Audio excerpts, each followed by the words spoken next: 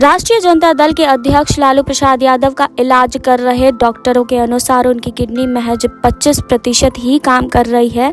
75% kidney ने काम करना बंद कर दिया है, जिससे उनकी सेहत दिन ब दिन बिगड़ती जा रही है। इस खबर के सामने आने के बाद उन्हें मानवता के आधार पर रिहा करने की मांग उठ रही है। खास तौर पर चिराग पासवान की लोक जनशक्ति पार्टी के नियोजित प्रक्रिया के तहत बिहार के पूर्व मुख्यमंत्री लालू प्रसाद यादव की बिगड़ती सेहत पर राष्ट्रीय मानवाधिकार आयोग से संज्ञान लेने की मांग की है। लोजपा ने मान्यता के आधार पर लालू प्रसाद यादव की बेहतर चिकित्सा व्यवस्था मुहैया कराने और कोर्ट से जमानत दिलाने हेतु न्यायिक प्रक्रिया के अंदर निर्देश देने की भी मांग आयोग से की है।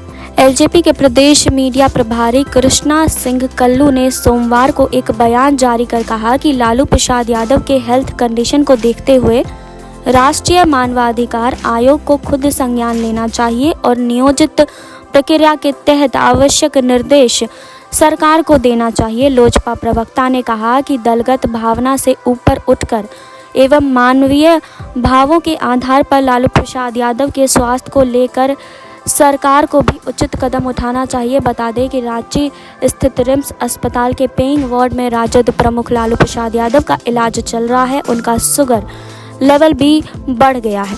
जी हां, आपको बता दें कि लालू प्रसाद यादव का इलाज कर रहे डॉक्टर उमेश प्रसाद ने कहा कि लालू यादव की किडनी 25% ही काम कर रही है। उनकी किडनी की स्थिति 4th स्टेज तक पहुंच चुकी है। उनकी हालत में कोई भी सुधार नहीं है और उनकी डायलिसिस करने की भी कभी भी ज़रूरत पड़ सकती है। बीते 11 दिसंबर को चारा घोटाला मामले में सजा याफ्ता लालू प्रसाद की जमानत पर 6 सप्ताह के लिए सुनवाई टलने के बाद उनके जेल से बाहर आने की कवायद भी अब 6 हफ्ते के बाद ही हो पाएगी। ऐसे में मानवाधिकार के आधार पर लोजपा द्वारा लालू प्रसाद यादव की रिहाई की मांग सियासी हलकों से भी उठनी शुरू हो गई है। जी हाँ, तो और अपडेट्स के लिए आप जुड़े रहिए हमारे साथ। नेक्स्ट 9 भोजपुरिया से सुरभि की रिपोर्ट।